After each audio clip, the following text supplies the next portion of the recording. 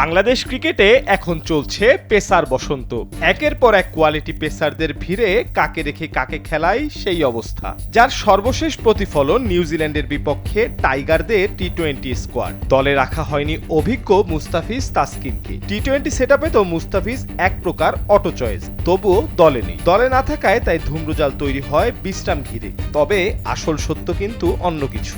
PSL এর বাকি অংশ খেলতে মুস্তাফিজ রানাদের পাকিস্তানের ফ্লাইট ধরার কথা রয়েছে। মুস্তাফিজ খেলেছেন লাহোর কালান্দার্সে, আর পেশোয়ার জালমির হয়ে নাহিদের খেলার খবর তো এখন বিশ্ব ক্রিকেটের হট টপিক।